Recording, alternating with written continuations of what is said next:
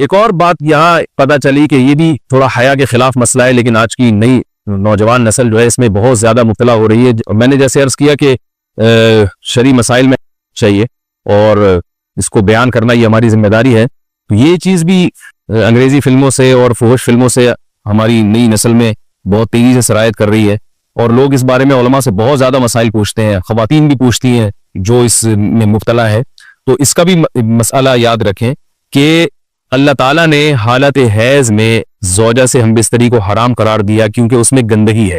باپ دیکھیں کہ وہ گندگی اس درجے کی نہیں ہے جتنی اورل سیکس میں گندگی ہوتی ہے. اگر اس میں ڈسچارج ہو جائے بندہ، انسان جو بستری کرنے والا ہے زوجہ سے، وہ منہ میں ڈسچارج ہو جائے تو آپ سوچیں کہ اللہ تعالیٰ شرمگاہ کو گندگی سے بچا رہے ہیں، جس کی وجہ سے حیض کی حالت میں ہم بستری کو حرام قرار دیا. تو منہ جس سے انسان کھانا کھاتا ہے، جس سے کلمہ پڑتا ہے، اور جو انسان کے جسم میں سب سے اشرف عضو ہے، سب سے زیادہ معزز اور مکرم عضو ہے، اس میں ایسی گندگی کو ڈالنا کہاں سے جائز ہو سکتا ہے، کہاں سے حلال ہو سکتا ہے؟ تو آج بعض متجدد قسم کے لوگ جو ہے نا اس کو حلال قرار دے رہے ہیں، تو یہ بالکل غلط ہے. تو یہ بات خوب ذہن میں رکھیں کہ اورل سیکس کے ذریعے اپنی خواہش کو پورا کرنا اس طور پر کہ ڈسچارج ہو جائے انسان عورت کے منہ میں، بیوی کے منہ میں، یہ بالکل حرام ہے، بالکل ناجائز ہے. کیونکہ منی ایک غلیظ اور ناپاک اور گندگی ہے اور ناپاک اور نجس چیز ہے. بعض حضرات یہ کہتے ہیں کہ منی پاک ہے، مگر یاد رکھیں منی کے پاک ہونے کے دلائل مضبوط نہیں ہیں، منی کے ناپاک ہونے کے دلائل بہت مضبوط ہیں. سب سے پہلی دلیل قرآن مجید میں آتا ہے الم نخلقکم من ماء مہین، ہم نے تمہیں غلیظ اور پلید پانی سے پیدا کیا ہے، ذلیل پانی سے پیدا کیا ہے. تو اس میں بھی اشارہ ہے کہ منی ناپاک چیز ہے. دوسری بات یہ کہ حدیث میں آتا ہے کہ کنت افرق المنی من ثوب رسول اللہ صلی اللہ علیہ وسلم ثم یصلی فیہ.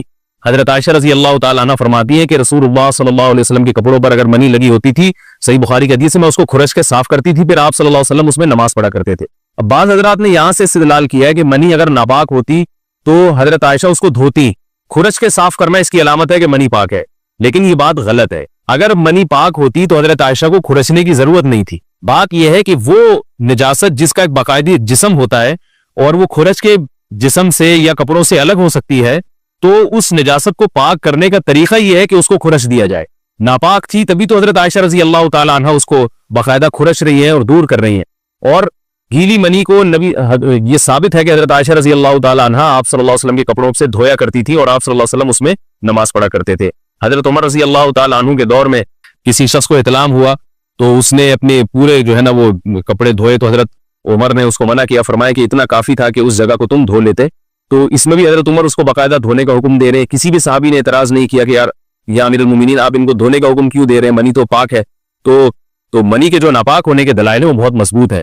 باقی اس کو جو کھرچنے کا حکم ہے وہ اس لیے کہ منی کے پاک جو اگر خشک ہو جائے تو وہ کھرچ کے بھی پاک ہو جاتی ہے، اس کو پھر دھونا ضروری نہیں ہوتا. اس کی مثال ایسے جیسے حدیث میں آتا ہے، صحابہ کرام فرماتے ہیں کہ ہمارے تلواروں میں دشمن کا خون لگا ہوتا تھا تو ہم اس کو زمین پہ اچھی طرح رگڑ کے اسی کو لٹکا کے نماز پڑھتے تھے. تو دیکھیں خون بھی ایسی چیز ہے کہ جو سوکھنے کے بعد اس کی ایک پاپڑی سی جم جاتی ہے. تو حالانکہ خون کو بھی ناپاک مانا جاتا ہے، جمہور علماء کے یہاں خون ناپاک چیز ہے، لیکن صحابی کیا کر رہے ہیں، اس کو رگڑ کے زمین پہ اور جو اس کو اچھی طرح رگڑ کے جب اس کا اثر زائل ہو گیا تو اسی کو لٹکا کے نماز پڑھ رہے ہیں. تو جیسے خون ناپاک ہونے کے باوجود رگڑنے سے پاک ہو جاتا ہے اگر کسی ایسی چیز پہ لگا ہو جو لوہے یا ایسی سخت چیز پہ، تو ایسے ہی منی اگر کپڑوں پہ لگی ہو، خشک ہو جائے تو اس کو اچھی طرح جب کھرچ دیا جائے تو وہ پاک ہو جاتی ہے. لیکن اس سے یہ ثابت نہیں ہوتا کہ منی پہلے سے ہی پاک ہے. ایک اور دلیل منی کے ناپاک ہونے کی یہ ہے کہ جو مدی ہے، ٹرانسپیرنٹ پانی جو مرد کے جسم سے نکلتا ہے، وہ اگر جسم سے نکل جائے تو غسل فرض ہو جاتا ہے، وضو فرض ہو جاتا ہے، اور منی نکل جائے تو غسل فرض ہوتا ہے.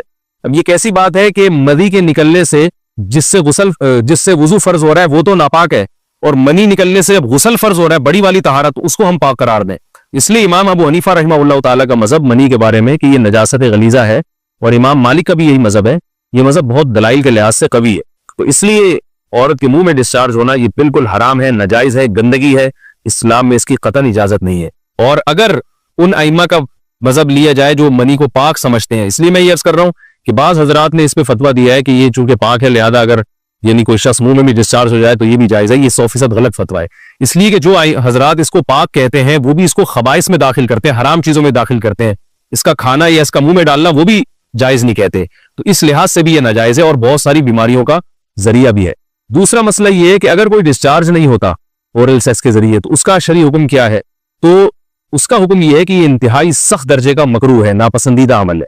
اور اس کے سخت درجے کے مکروہ اور حرام نہیں ہے لیکن بہت زیادہ ناپسندیدہ اور شریعت کے مزاج کے بالکل خلاف ہے، اور اسلامی کلچر میں اس کا کوئی تصور نہیں تھا۔ یہی وجہ ہے کہ فقہائے کرام کے ہاں اس چیز کا تذکرہ بہت ہی محدود پیمانے پر ملتا ہے۔ اس کی علامت ہے کہ مسلمان معاشرہ اس چیز سے بالکل بھی واقف نہیں تھا کہ یہ کیا ہوتا ہے۔ تو یہ چیز غیروں سے آئی ہے، غیر مسلموں سے ہمارے معاشرے میں، جو ان کی موویز دیکھ دیکھ کے، فوش فلمیں دیکھ دیکھ کے نوجوانوں میں اس چیز نے سرایت کیا، ورنہ یہ انسان طبی طور پر اس عمل سے بہت زیادہ نفرت کرتا ہے۔ کوئی بھی شریف الطبع آدمی ذہنی طور پر اس کے لیے تیار نہیں ہوگا۔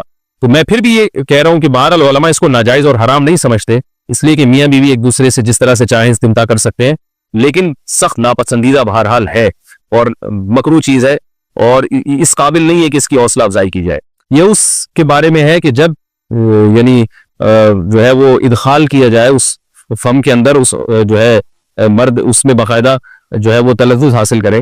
اگر ایسا نہ ہو بلکہ باہر سے استمتاع کیا جائے، جیسے بعض جگہ ایسا ہوتا ہے کہ کیا نام ہے، عورت کو اس چیز سے گھن آتی ہے کہ وہ اپنے منہ میں اس گندگی کو لے کر جائے، تو پھر بعض شوہر زوجہ کو مجبور کرتے ہیں کسنگ وغیرہ پر، تو یہ کم درجے کی کراہت ہے، یعنی یہ بھی ناپسندیدہ تو ہے مگر یہ اس درجے کا مکروہ، اس درجے کا ناپسندیدہ نہیں ہے۔ دوسری بات یہ کہ یہ جو میں نے پوری ڈیٹیل بیان کی ہے، یہ اس صورت میں ہے اس کے مکروہ اور ناپسندیدہ ہونا کہ عورت اس کے لیے ذہنی طور پر آمادہ ہو۔ یہ بات خوب یاد رکھیں، اگر عورت کو اس عمل سے گھن آتی ہے تو پھر مرد بیوی کو اس کام پر مجبور ہرگز نہیں کر سکتا، کیونکہ یہ نکاح کے جو ایگریمنٹ ہے، مقتضیات ہیں، اس کے خلاف ہے، یعنی یہ اس میں داخل نہیں ہے۔ عورت اپنے آپ کو ہم بستری سے تو نہیں روک سکتی، مرد جب چاہے گا بیوی سے ہم بستری کر سکتا ہے، عورت کو اجازت نہیں ہے، لیکن خاص اس عمل سے عورت مرد کو روک سکتی ہے اگر وہ ذہنی طور پر اس کے لیے آمادہ نہیں ہے۔ یہ تو میں نے اورل سیکس سے متعلق کچھ فقہی احکام بیان کیے ہیں۔ دوسری بات یہ، اس کا بھی مسائل پوچھے جاتے ہیں کہ بعض مرد اپنی زوجہ کو مجبور کرتے ہیں غیر فطری طریقے سے ہم بستری کرنے پر، پچھلے راستے پر ہم بستری کرنے پر۔ تو یہ بات یاد رکھیں کہ ایسی صورت میں عورت پر اصل حکم یہی ہے کہ وہ ایسے مرد سے طلاق لے لے اور اس کو اپنے قریب نہ آنے دے، کیونکہ اس میں نقصان یہ ہوتا ہے کہ اگر عورت اس کام کی مرد کو اجازت دے دے تو کچھ وقت کے بعد اس کی اپنی نیچر تبدیل ہو جاتی ہے، اپنی فطرت بدل جاتی ہے، اور اسے اس غیر فطری کام میں لذت آنا شروع ہو جاتی ہے۔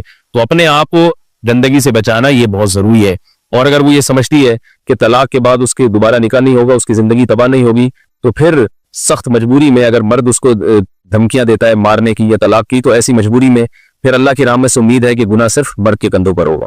ایک اور علمی نقطے کی بات ہمیں یہ پتہ چلتی ہے اس آیت میں کہ نساؤکم حرث لکم، اللہ تعالیٰ نے نکاح کا بنیادی مقصد حرث بتایا ہے، یعنی نسل بڑھانا۔ یہ جو فیملی پلاننگ والے آج جس دعوت کو لے کے چل رہے ہیں کہ بچے دو ہی اچھے، یہ جو پوری دنیا میں ایک تحریک چل رہی ہے، یہ قرآن و سنت کے 100% خلاف ہے۔ قرآن کے واضح نصوص اور احادیث تو اس بارے میں بہت ہی تفصیل سے ہیں۔ میری جو کتاب ہے ایک سے زائد شادیوں کی ضرورت کیوں، اس میں تقریباً 50 صفحے میں نے صرف اسی پر لکھے ہیں کہ اسلام نسل بڑھانے پر بہت زیادہ حریص ہے، اسلام چاہتا ہے کہ مسلمانوں کی نسل بڑھے، اور اس پر جو لوگوں کے اعتراض ہوتے ہیں کہ رزق کی تنگی ہوگی، تربیت نہیں ہو سکے گی، اس تحریر میں ان تمام باتوں کے جوابات ہیں، تو وہ تحریر پڑھی جا سکتی ہے۔ چونکہ یہاں اس تفسیر میں اتنا زیادہ وقت نہیں ہے کہ میں اس 50 صفحوں کی تحریر کا خلاصہ آپ کے سامنے بیان کروں، اس خلاصے میں بھی اچھا خاصا وقت لگ جائے گا۔ تو یہ جو باتیں کی جاتی ہیں کہ رزق کم پڑ جائے گا اور جو ہے وہ لوگ بھوکے مرنا شروع ہو جائیں گے اگر نسل بڑھے گی، یا بعض دفعہ یہ کہا جاتا ہے بچوں کی صحیح طرح سے تربیت نہیں ہو سکے گی، یہ سب غلط باتیں ہیں۔ یہ اس کو کہتے ہیں نقطہ بعد الوقوع، کہ ایک کام الٹا پہلے ہم نے کر لیا ہے، اب اس غلط کام کو صحیح کرنے کے لیے ہم بہانے تلاش کر رہے ہیں۔ تو یہ نسل مسلمانوں میں جو کم ہوئی ہے اس لیے نہیں ہوئی ہے کہ بچوں کی تربیت نہیں ہو رہی تھی، بلکہ یہ میڈیا کے ذریعے جو پروپیگنڈا ہوا ہے، اس پروپیگنڈے سے متاثر ہو کر 2 بچوں والی پالیسی پر لوگ آ رہے ہیں۔ اب جب آ رہے ہیں تو اس کے پھر جو ہے نا وہ اس کو صحیح کرنے کے، اپنے غلط کام کو صحیح کرنے کے لیے بہانے تلاش کیے جا رہے ہیں کہ بھی تربیت نہیں ہو سکتی ہے، اس آمدن میں ہم گزارا نہیں کر سکتے۔ تو یہ سارے دلائل کا جواب آپ کو میری انشاءاللہ اس تحریر میں ملے گا۔ بہرحال ہم چونکہ مسلمان ہیں، قرآن کو مانتے ہیں، سارے دلائل ایک طرف اور قرآن و سنت ایک طرف، جب اللہ تعالیٰ نے ہمیں بتا دیا کہ نساؤکم حرث لکم، عورت کا بنیادی مقصد دیگر جیسے بہت سارے مقاصد ہیں، ان میں ایک بہت بڑا مقصد کیا ہے کہ وہ نسل بڑھانے کا ذریعہ بنتی ہے، تو اس سے ہم بستری بھی اسی نیت سے ہونی چاہیے کہ تمہارے ہاں اولاد پیدا ہو، نہ یہ کہ اس نیت سے ہو کہ اولاد کو تم روکو۔ باقی اولاد روکنے کے فقہی احکام کیا ہیں، کن صورتوں میں وقتی ضرورت کے پیش نظر اولاد آپ روک سکتے ہیں، وہ ضرورت پڑنے پر آپ علماء سے پوچھ سکتے ہیں، وہ کتابوں میں لکھے ہو۔